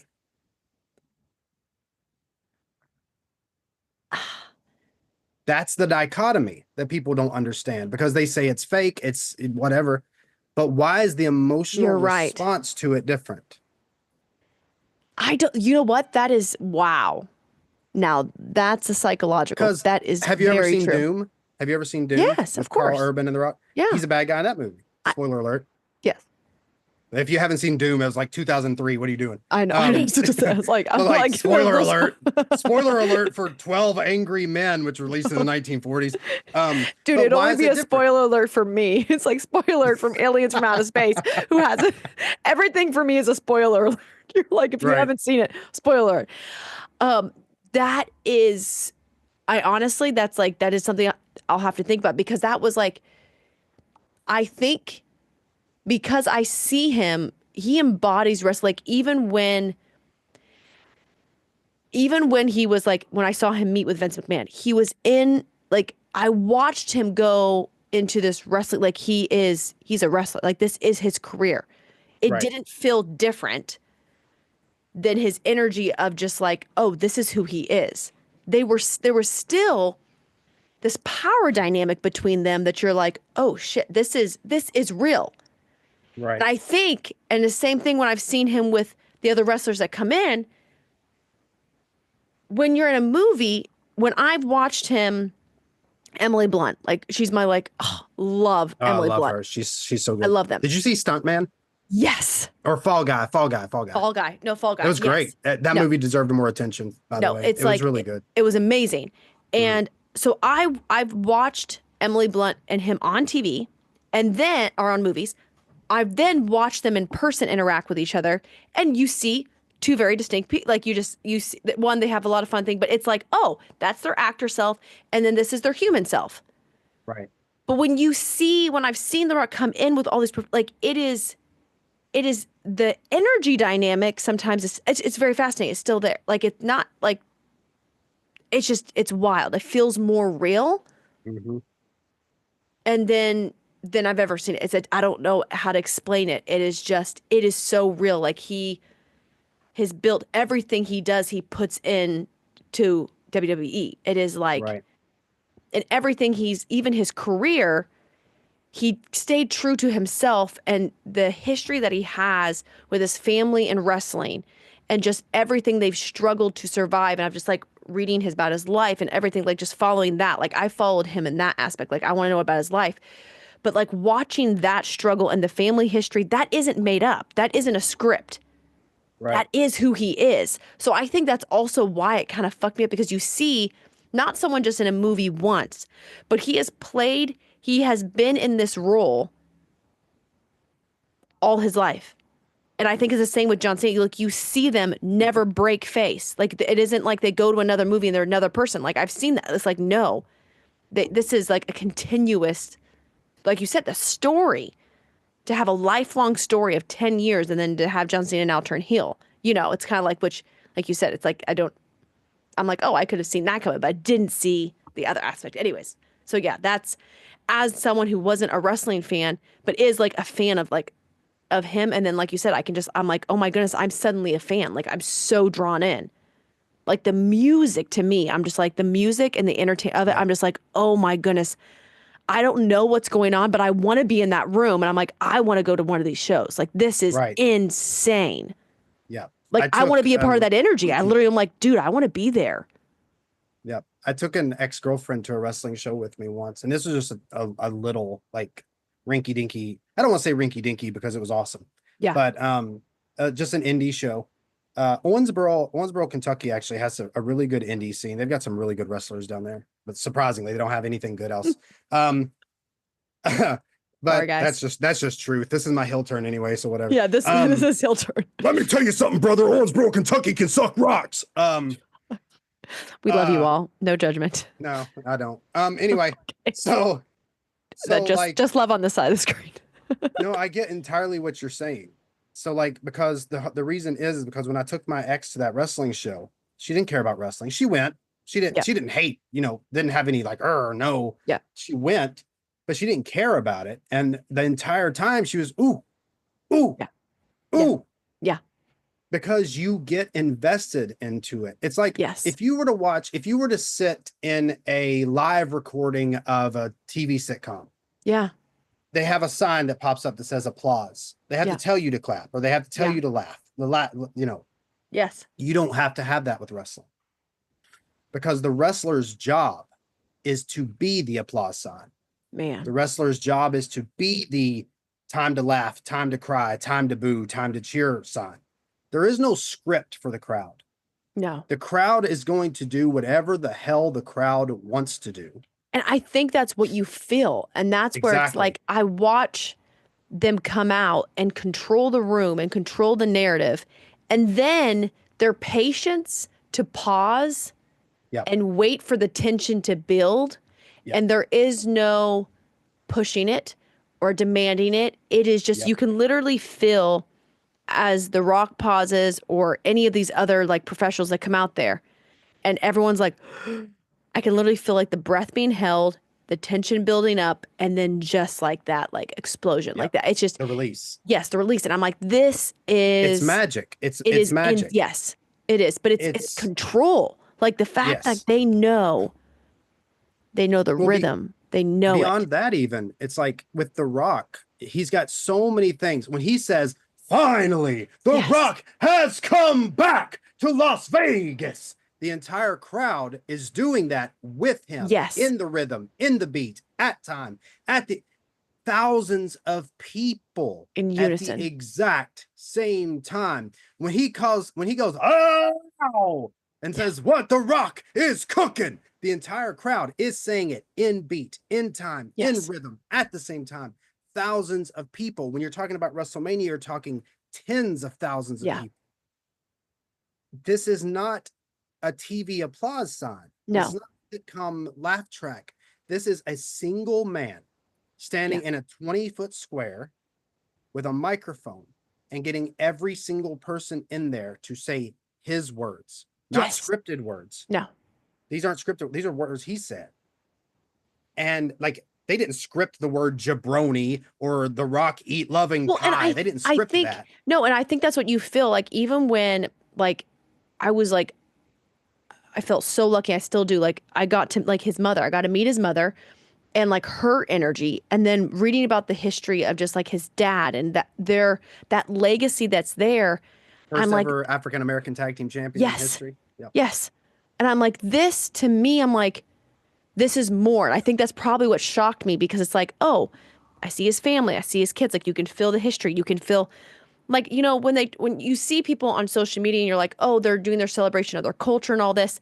But then is like when his mom was there and she did like a blessing on me, and then she had she had his daughters sing me a blessing, a song, and I'm just like, and then that he sang me I'm like, am I literally being sang to the by the like he literally we went into the elevator and they're like, let's do a thank you blessing for Olivia for like taking, and I'm like, what in the world is happening? So you could feel that same energy is the energy, like it is just, it doesn't stop. And I think that's where I'm like, oh my goodness, here he is. It's He's still The here. Rock. It's still The Rock. That's what you're saying. Yeah. And so, yes, it's still The Rock. So when I saw him do that, I'm like, And that's just The Rock. He's not a character. That's him, like smacking a dude with a belt and wiping his blood on his face. I was, Right. it's just, it honestly was like very intense. It was intense. Real. It was It's intense. real. I was like, I'm like, I feel like feeling you next time get. I see him, I'm gonna have to have a conversation about this. So I love that we had that conversation before I Okay, go ahead.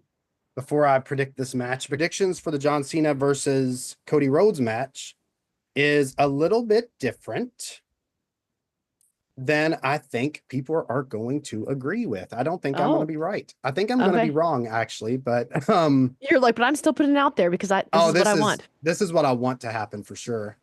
The John Cena versus Cody Rhodes match. I almost said Cody Cena versus John Rhodes match. That would not make sense because I was reading the sign, but I read it backwards. Yes. So it was like, anyway, John Cena versus Cody Rhodes for the WWE Championship. I think we see in this match what we call in wrestling a double turn. So, and that little perk of your face means I get to explain it. Yay. Yes. A double turn. I'm like, a double turn is where the bad guy becomes the good guy and the good guy becomes the bad guy, all in the same match. So you switch roles essentially. So John Cena is coming in as a bad guy. Yes. Cody Rhodes is coming in as a good guy. Yes. What's going to happen is something will occur during the match where Cody Rhodes does something that's just not cool. The crowd will turn against him because John Cena is a bad guy, but people still love John Cena. Yeah. It's just that way with every wrestler. There's always going to be this tiny little thread that connects that wrestler to the crowd. Yes. So there's always something you can cut to flip the tape. Yes. So, I said flip the tape. Now I'm dating myself. Dude, I love it. No, with Cody Rhodes and John Cena, I'm expecting a double turn. So I think John Cena turns good here. I think Cody Rhodes turns bad. Now, what I think is going to happen is everybody knows Cody and The Rock have this like feud, like this unseen off-screen feud going on. Yes. Like The Rock is just there to stop his forward momentum, blah, blah, blah, blah, blah, whatever. I think we're going to put a halt to that. And I think what's going to happen is Cody Rhodes is going to switch and join The Rock. Well, because he wanted him. The Rock literally was like, join me. And he's just like, yes. And I think that's exactly what's going to happen. I I think Cody Rhodes joins The Rock. Oh, And dude, I would either- love to see them fuck up John Cena. I don't know why that would Yeah, just. well, because you're Sorry. pissed off at him. Sorry, I keep going. I know now I am pissed off. I'm like, wait, I know. I have. All right, This is the first and time. then- My first match prediction. So Olivia sees Cody Rhodes winning. Yes. I actually so it's like gonna be Cody funny. Rhodes. It's going to be funny in the future, someday, way in the future, when we get John Cena as a Fanward Yes. artist, and we go back to this 100%. podcast, and he says, "So you wanted Cody Rhodes to fuck me up, Olivia?" You And you're bet I literally wanted him. standing across the room from him. Yes. Yes. John We're Cena gonna- would totally love that, though. Him as his personality, he would love that. Yes, he would. Yes. Also, hi John. I've never liked you, but I like you now. Your U.S. Championship run when you were doing the open match calls for the U.S. Championship was your best work ever. Mwah. Chef's kiss, absolutely amazing. Is this that one scene we're playing back and he's rewatching it and be like, yes, John. Yeah, this is for John in the future when John you become a future. Fanward artist. Yes. I used to hate you, but I don't anymore. No. Ever since the U.S. title run, it was amazing. You know exactly what I'm talking about. It was that good. You know. So yeah, he knows. So I see a double turn. I think Okay. Cody. I don't know that Cody joins The Rock. I see that as a potential. I see that as a possibility because it would bring the story full circle. Yeah. Last year, it was all about him winning the title and completing his dad's story, winning the title. His dad Yes. never won. And that's from the 70s. So that's another example of Wow. a story coming back from that long ago. Dusty Rhodes never won the big one, baby, but Cody did. Okay, that Questions? is just wild to me that once again, this patience and belief that we will be continuing a story and that people have been following for that long, that they can go back and go, oh, look, he finally gets to because his dad didn't in the 70s and those people are still there. The fact that you can even reference that and say why it matters, that to me. Oh, I love that. That to me is looking to the future. It's like, oh no, Yep. we're playing the long game here. This is Yep. WrestleMania. Like, okay, sorry, my brain just went Well, I a mean, million directions that I need to think about later. I mean, Dusty never won the big one in the WWE. Dusty Rhodes is a Hall of Famer. He's one of the greatest of all time, especially if you look up greatest wrestling promos, he's always Okay. at the top of the list. He's one of the best mic workers ever. He deserved to win the big one. He just never Yeah. got to. So Cody winning that title last year was a big, last year, 40, right? I think so. Yeah. Was a big deal. Yeah. So him winning that last year, he had to be the good guy. He had to stand up against The Rock. That was just what he had to do. This year, he doesn't have to do that anymore. I think this is what I think happens. So this is supposed to be like John Cena's last WWE match. This is his farewell tour. This is supposed to be the end. Quote unquote. I think that's all a red herring. Yeah. I think John Cena wins this match. I think Cody Rhodes and The Rock attack John Cena after. And I think that's how the double turn happens because Cody Rhodes loses his belt to this returning guy who has no business being here. He's going to be pissed off. The Rock is standing there. I'm pretty sure The Rock will be there. If he's not, I'll be surprised. I don't know for sure, but I guarantee he will. If he's not, I'll be majorly surprised. I think if The Rock isn't there, Cody loses the belt. He goes heel after. If The Rock is there, they go and they beat the absolute living crap out of Cena after he wins the belt. That way, Cena's a good guy again. He did his heel turn. It's in the past. He can be a good dude again. He can apologize for everything he said. And then Cody gets to start this new, fresh character of, you let me live my dream. You let me finish the story, and you took it away from me for a 50-year-old dude Yes. with a bald spot who is taking I'm just saying from a hill, this is the kind of thing you would say. Yes. Who is taking my story and ending it so he can have one last run. It's the perfect time for a heel turn for Cody. Yes. It lets John Cena become superhero Cena again. Yeah. And it finishes this WrestleMania on a holy crap, what did I just watch moment. That's my prediction. Wow. Okay, I really want that to happen. Yeah, I do too. I don't know that it will. Like I said, this is Why reaching. wouldn't it? Like, why is it reaching? To me, that honestly would make more to me that would make sense because it's like this might be John Cena's last match. Now, most wrestlers on their last match, they go out on bottom. Usually if a wrestler's having their last match, they want to lose it because you want to use that last match to put the other person over to make them a superstar. Yeah. So if John Keep Cena, getting hiccups. Ugh. if this is the last match for John Yeah. Cena, he could win the match and then give the title, relinquish the title tomorrow night on Raw or Monday night on Raw. He could win the match, just give the title up. It's what it could do. That could happen, maybe. I don't see that happening. I think the John Cena last match thing is a red herring. Yep. Just like the heel turn, nobody saw that coming. I think No. I think this farewell tour is too important for him to just go out. I think it's too important for that. I say he wins the match and Rhodes attacks him after. What is the age pissed. difference between him and The Rock? Like they're around the they're not the The Rock. Cena and The Rock. The Rock's older. Yeah. Cena's like mid-40s. Cena's mid-40s. The Rock is 50. Yeah, then there's no way he's going out. There's no way. Oh, Cena's 47. The Rock is 52. Oh, not that far. That's 4 or 5 years. Not too bad. Yeah, but then I don't know. I just don't see that doesn't make sense to me unless there's there's some reason for him to go, I want to end this aspect of my career that makes absolutely no sense. Here's what I would do with it. And this isn't a WrestleMania prediction. This is like a fantasy booking. Yes. Cena wins. Rhodes turns heel, joins The Rock. Yes. You have The Rock, the Cena turns his attention away from Rhodes. He doesn't care about Cody anymore. He already has his belt. Why would he care? He starts focusing on The Rock. I can't believe you did this. Blah, blah, blah, blah, blah. SummerSlam, that can be The Rock, or that can be Cena's last match. Cena versus The Rock at Cena's last match. They've wrestled before, but it would make SummerSlam a huge.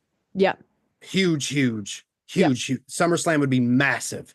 SummerSlam's already supposed to be the second biggest pay-per-view of the year, but that kind of match makes it the biggest pay-per-view of the year. Yes. So that's what I would do. That's my long-term booking. That's my fantasy booking. Yeah. Rhodes turns heel, Cena wins. Cena and The Rock feud up until SummerSlam. You get a match, Cena goes out.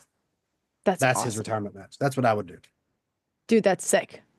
No, I'm literally like, that just even after watching that one thing, I'm like, honestly, that's what I would want. That's like, that would be that switch. Yeah. That would be epic. And it would be a great way to end WrestleMania. Like it would be a huge way to end WrestleMania. So the match between John Cena and Cody Rhodes, that is the final match on the 19th or the 20th. That's the main event of the second night. Yes. On the second night. Yeah. And so that would wrap the whole night. The whole show. That would wrap the whole WrestleMania. It's called WrestleMania weekend now. Yes. They don't just have a WrestleMania. No. It's WrestleMania weekend. It's a whole weekend thing now. No, so this is, and so as because you guys are watching this on the 18th with us, you're watching this to date because it's the 18th. Blah, blah, blah. And so I would love to know, I'm like, blah, blah, blah. Love to know everyone's predictions, like based off of what Cody said. Like, do you really think, is there another route, or do you think there'll be someone else that could be shown up is there anyone else that could join this fight? I don't know. I'm usually wrong about match predictions, so I probably don't even know. I'm almost always wrong. That's why I stopped watching UFC, because every time I predicted somebody was going to win, I lost. And it was always my favorite person. I was like, okay, I'm done. Just stop. Just stop watching. You're like, basically anyone that I love, it's just going to go bad. That's exactly what I thought. Yes. Every time I rooted for someone in a match, they lost. So I just stopped. Yes. With WWE, it's different because there's story that propels it. Yes. In UFC, somebody just gets knocked out. Like there's no. Seeing Vitor Belfort get knocked out by Anderson Silva was my last. That was the last time I could watch it. I was done after that. Vitor was my favorite fighter ever, and this is unrelated. No, I love this. No, that's a good. I was going to jump back in here and see if any other new ones popped up. Oh yeah, because we got emails and comments and stuff. Yeah, we still have. I think we've got some on YouTube too. I'll check. Yeah, we need to hit our YouTube. Dude, we've been getting, thank you to everyone. I honestly, thank you so much for everyone that has been watching the podcast on YouTube and diving in and giving us feedback. We are so excited. We have some fans that we're going to bring on after this wrap of WrestleMania. We're going to be bringing on some of you fans and some of the members here at Fanward to dive in. I'm so excited. And so you'll be hearing from us very soon because we are so ready. But yes, let's take a real quick. No, I cannot wait to have a roundtable discussion. Let's fucking go. We got a comment here on one of the reels on YouTube that says, never cared for wrestling, but a Power Ranger match would get me to watch it. Dude, that's awesome. I'm going to jump in here. So Cody and I, we've been talking behind the scenes and we have this idea. Let us know. And we still have not asked them, but Austin and Walter and James are just awesome. So I know they're down for a fight scene. Okay, they're down for a good slobber knocker. Remember, we I had was this about talk, to say a slobber rumble. knocker. I was about to say a rumble in the sheets, and I'm like, that doesn't make any sense. I'm not sure Austin and Walter would be down for that. Hold on. Now that you're definitely gonna have to talk to him about. What do you all think about? Anyways, not me, but them. All three. Anyways, I don't think. Yeah, I'm like, what do you guys think about all three of you getting a rumble? I downloaded the wrong episode of Power Rangers. Ah, damn it! Not again. Have you ever seen? Sorry, I remember the first time. As a side note, for the first time I started working with Austin, and we were laughing because he's like, there was the Austin porn star whole situation. With the guy with the. Anyways, I always laugh because we always laugh about that. That's not Austin, by the way. It's not Austin. Everybody thinks that we still get YouTube comments saying, wasn't he in a porno? Listen, that is his stunt double. I'm just kidding. I'm just kidding. Anyways. No, Austin is that guy's stunt double. 100% Austin. Yes. Love you. So much love for Austin right now. If you're watching this, I will send you this clip so you know that we talked about your stunt double. Thus, he'll want to get on the podcast. So no. Okay.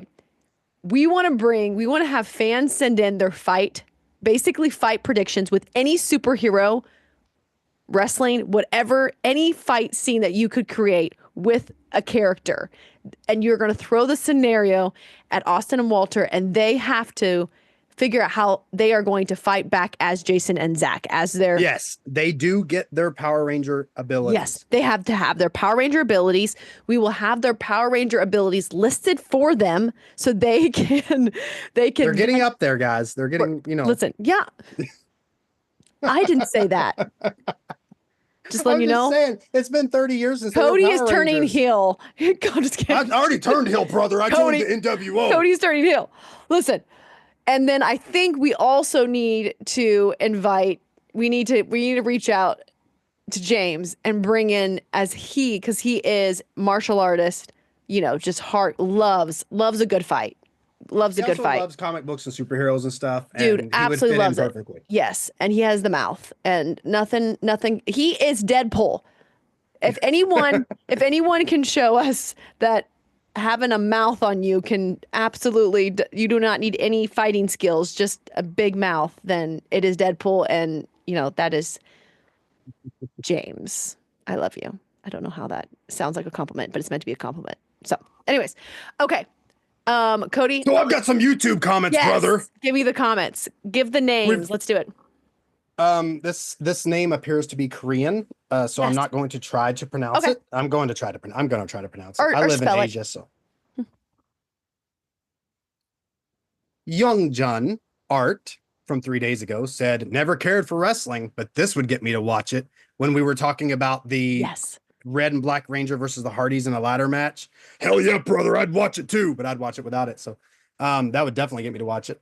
Another comment from a Mrs. Deborah Jenkins says, you are the best. Can't wait to hear this podcast. Well, Deborah, you're a sweetheart and I love you.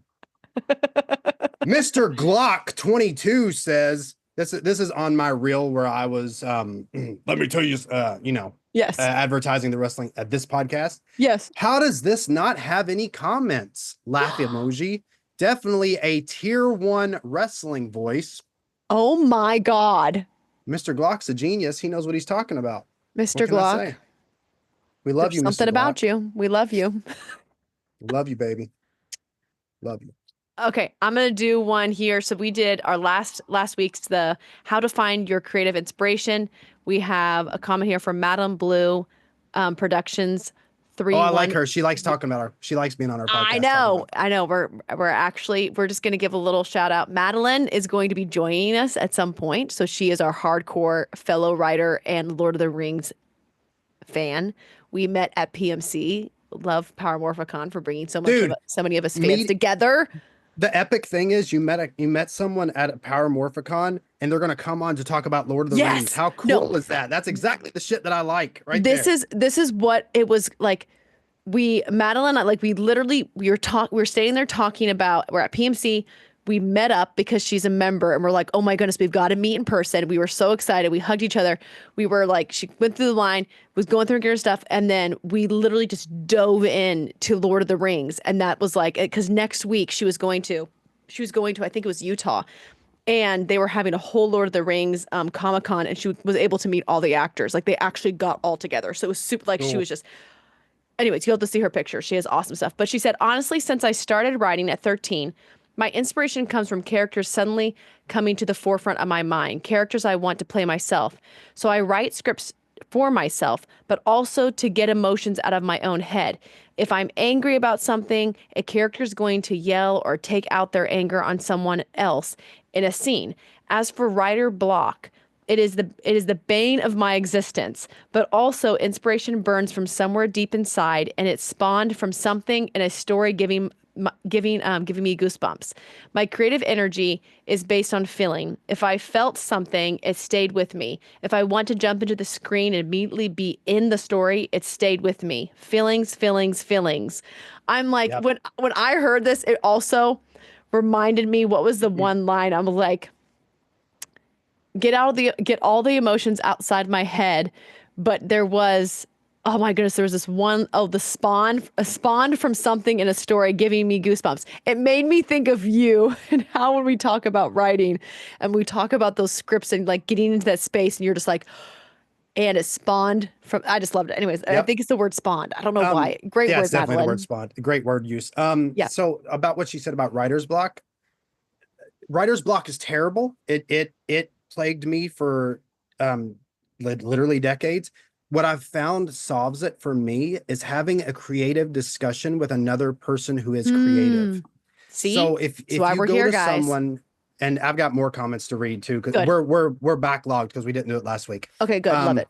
But that's why we put this at the end of the video. Yeah, guys. So writer's block for me was not only detrimental, but stopped me from, finishing one of my childhood dreams until recently, because I recently figured out how to fix it.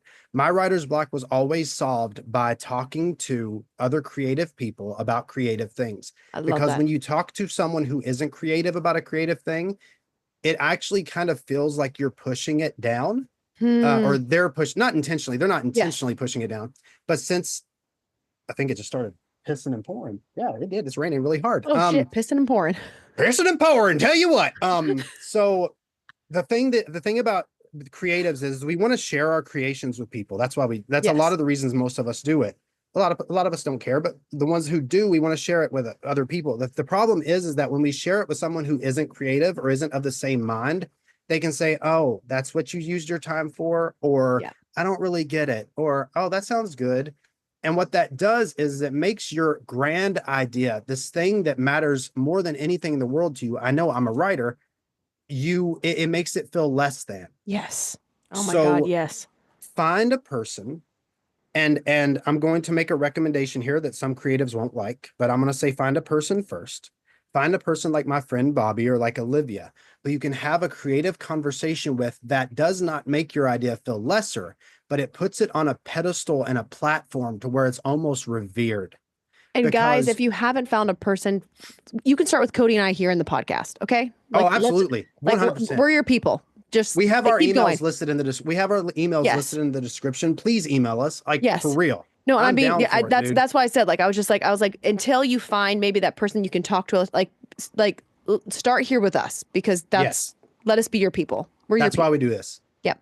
100%. So that's what I find helps me with my writer's block, is finding someone creative and being creative with them, talking to them about my ideas. What that does is it brings them out of the muck because that's what writer's block or creative block is. It's muck. It's like walking through a swamp. What talking to another creative person does is it pulls it out of the swamp, kind of like the X-Wing from Star Wars, when Yoda pulls the X-Wing out of the water. That's exactly what it feels like. If you can't find a creative person, or you don't feel like your idea, you don't want to be public with your idea, this is the recommendation I'm going to make that creatives won't like. Talk to ChatGPT. You know what? Okay, keep going. But I actually have gotten a lot of email from people that do use it. So we may be surprised, what I've realized, actually, it's either people who don't understand it, people who will never touch it, or Yeah. people who believe it's bad because they read what they see online. Yes. But as a creative, if you use AI for nothing else, pop up ChatGPT and say, I'm having writer's block. I'm having creative block. I don't want to tell my ideas to anybody. This is my idea. Just that's all you got to say. It's not going to steal your work. That's not how it works. That's not how language learning models work. Have a conversation with ChatGPT. Let it pull the idea out of you, because that's what AI is. AI is a mirror. That's all it is. It's just mirroring you. Let it pull the idea out of you, and by the time you're done with that conversation, you don't even have to pay for it. You're going to feel better. Yes. Creatively, you're going to feel better. This is the kind of thing I try to tell creatives about AI that they don't understand or that they're too scared to give a chance. Let it be a wall that you can bounce ideas off of, if nothing else. By the time you're done, you'll be wanting to write again. Guarantee it. Dude, I love that. And I'll say this one thing, and then I want to jump back into the comments before we wrap, is that another aspect of this, let's say, okay, I don't want to tell my ideas. I don't want to tell anything. Then ask ChatGPT to ask you questions to help you with your writer's block. Right. Say, Yep. ask me questions that gets me creative to help me get out of my funk. If you don't want to share your story or whatever, but have it prompt you with a set of questions that it has learned and understands. And you will be, the amount of times it's given me questions to dive deeper into myself, I will word vomit about, I'm confused about this. I don't know. Now ask me questions to help me better explain why I feel the way I feel. It is, those questions literally light up the brain. But go ahead, Cody. I love that. Like, I love that suggestion. And thank you, Madeline, for commenting in there. And then go ahead. What else do we got? Heck yeah. I can't wait for the Lord of the Rings episode. I'm Dude, me excited. too. So with our anime episode, which was 2 weeks ago, we're that far behind. We forgot to do comments last week. Sorry, guys. We've got us a message from Better with Bob, our boy Bobby. So he watched our anime part 2 video, and he said he was talking about Howl's Moving Castle, Yes. which is the one I talked to you about for a really long time. Oh, I love Howl's Moving Castle. And he said, and a neat thing about Sophie in the book is that the anime low-key retains is that she's a witch too. That's never said in the movie, but there's little hints at it, because Howl is a wizard. Yes. He said, I believe her powers are that she has a way of speaking life into things, which I love, and doesn't realize it. So her magic overwrites the curse, and she stays an old woman because she feels more comfortable that way. That's Dude, I love these comments. Yeah, because I could look, I know what that feels like, because I used to be 100 pounds overweight. Yes. And I 100% stayed that guy because I was more comfortable that way. 100%. I get it. And he said, and she only becomes young again when she gets more confidence. And Sophie being a witch is, I think, the reason Calcifer, the little fire spirit, Yes. needs some of her hair later in the film. He asks for some of her hair later on in the movie, and he thinks that's the reason, because she's a witch and her hair has magical properties. Yeah. Dude, this is so great. Bobby coming in with more creative inspiration again, as he always does. That bastard, I tell you. He just does that, just drops it right on top of it. He's like, oh, we're talking about anime? Well, here's a profoundly deep and interesting thing that you've never thought about before. That's just who Bobby is. Better with Bob on YouTube. Better Go with check him Bob, out. guys. Amazing movie reviews. It gives real in-depth stuff. And he talks about Spartacus, which we're going to have an episode about, because I fucking love Spartacus. We're going to have some Spartacus. We are 100%. We got another comment from Tavis Kell Book Reviews with 4 hearts. That's 1 short, buddy. We need 5 hearts. Keep it real, dude. We appreciate you. Thank you so much for your 4 hearts. Hey, if you can get a long way with 4 hearts in Legend of Zelda. Just saying. Oh, well, there you go. Okay. So that's our comments, but we've got one more thing we need to do. I need you to watch that video I sent you. Okay. So guys, the video I sent her, I don't know if you might be able to screen share it. It's only 3 minutes long. But it's all over YouTube, so it might not be copyright restricted. You might be safe to use it. If not, you can just cut it out. But what I'm showing her, if you're a wrestling fan, you'll know what I'm talking about. This is The Rock singing a song to Vicky Guerrero. Now, I want to preamble this. Vicky Guerrero is Eddie Guerrero's wife. Okay. Yes. Eddie Guerrero, the one I talked about earlier. Yes. During this time on TV, Vicky was a bad guy. She was the boss, and she Yes. was a really bad, terrible person. Okay. So this is a video of The Rock singing her a song in the middle of the ring while playing guitar. There's a very special woman that The Rock wanted to sing a very special song to tonight. He just seems so nice and natural. This is like how I felt like when he was. Oh yeah, he's so nice. He's so nice here. She's a terrible human being on screen, Okay. but she 100% knows that she doesn't know what's going to happen, but she signs up for this. You get what I'm saying? Yeah. Now here's the funny thing. The reason I wanted you to see that was because of the way that the crowd reacted to it. But Yes. she came out in an interview and said she was trying so hard not to laugh. She wanted so bad to go backstage, but The Rock kept stopping her because he was like, no, Vicky, wait, we're not done. Yes. And she wanted so bad to go backstage just so she could laugh. She said she was dying. She wanted to laugh so bad. And dude, this right here is The Rock at his absolute perfect. Like this is The Rock at his absolute best. The fact that this song has just been created in the ring and the crowd sings along with him in that last line. Well, and that's like you said, like it's like they're in control at all point. And like you talk about that ring psychology. And that's where I'm just like, this man is an absolute genius. And it's so funny being in being in LA with all these like actors that are like, oh, I'm professionally trained, all these things, not bashing it whatsoever. But for the story's sake, they bring up, I've had so many time actors go, oh, he's not a real actor. He doesn't know how to act, all these things.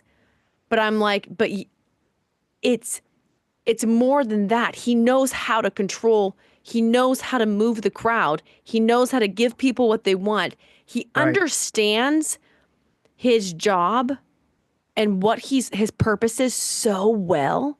Yep. And he doesn't deviate. He doesn't deviate. And that's what I think is so powerful, because I'm like, oh my goodness, like that humor is also like just the humor that I've seen him even in person, like when he's like with people that he's like, you can tell are his really close friend. That humor is just like, it's why I love him. It transcends a screen. It transcends a screen. But that's also why talking with other artists, and I'm not speaking because I am not a manager or not something like that, but I will never forget the article and everything reading when Danny Garcia was like, listen, and he's like, I'm losing myself. They're making me lose weight for all these, these movies. I'm changing. I'm not who I am. This is not me. And she's like, fuck all that. We're going to build your career around exactly who you are. Because, and she spoke about this. She's like, if you want longevity, choose who you are, so that when you wake up and everything you do is so organically to who you are that you can step into it authentically, so you don't burn out, so you don't lose yourself. Right. And I understand actors love to jump in and out of roles because it gives them this way to express themselves. But how he was able, his career, he is the richest, one of the richest celebrities, because to me, and it speaks volumes, and it's why I look at him, and he is a mentor that he will never know he's my mentor until the day when I get to tell him he's my mentor, is that he chose a path, and he goes, how can I show up as close to authentically myself so then I can outlast and keep going and keep doing this and giving the people what they want, while also being authentic to me, which is a true relationship. It's an honest, authentic relationship. And he's never left his fans behind. And to me, that's always been what Fanward's about. I'm like, man, I want to create something for people where it's like, you have these people like him who go, I know why I'm here. And his fans get to continue with him in every single role he takes on. Yeah. And to me, that is just pure genius. And that's genius. That being ourselves, like authentically ourselves thing, is the whole reason we make the podcast in the first place. It's like, I mean, when he first started wrestling, he like I told you, he used to get these die Rocky die chants. People hated him. Absolutely hated it. Couldn't stand to see him on screen. He'd come out and he wasn't being himself. He was just smiling and like, clapping people's hands when he walked by and stuff like that. It wasn't him. The second he started being authentically himself on camera, he made everyone around him, no matter how big they were, look not like a superstar, because who he was in real life was such a superstar that he everybody else was in his shadow. Because at that point, I know we're running long, but this is wrestling. Oh, I love it. At that point, he was with a faction called the Nation of Domination, which has Mark Henry, he's a Hall of Famer, Ron Simmons, a Hall of Famer, Owen Hart, a Hall of Famer, all of these people in it. He was in a group with all of them.